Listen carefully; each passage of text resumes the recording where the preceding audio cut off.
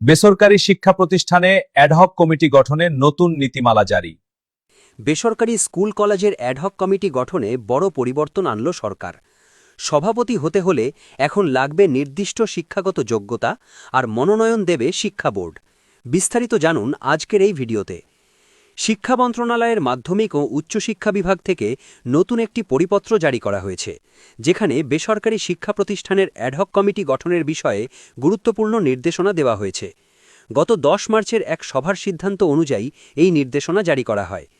সংশোধিত প্রবিধানমালা 2024 অনুযায়ী ঢাকা বোর্ডে 75(2) এবং অন্যান্য বোর্ডে 74(2) ধারায় অ্যাডহক কমিটি গঠন করা হবে।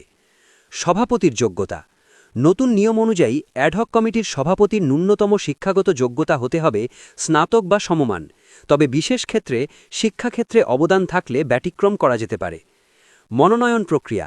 সভাপতি নির্বাচনের জন্য শিক্ষা প্রতিষ্ঠান প্রধান 3 জন ব্যক্তির নাম প্রস্তাব করবেন। এই প্রস্তাব যাবে মহানগরে বিভাগীয় কমিশনারের মাধ্যমে, অন্যান্য ক্ষেত্রে উপজেলা নির্বাহী কর্মকর্তা ও জেলা প্রশাসকের মাধ্যমে। প্রস্তাবিত ব্যক্তিরা হতে পারেন সরকারি বা অধা সরকারি কর্মকর্তা, অবসরপ্রাপ্ত শিক্ষাবিদ, শিক্ষানুরাগী ব্যক্তি, সমাজসেবক বা প্রতিষ্ঠাতা।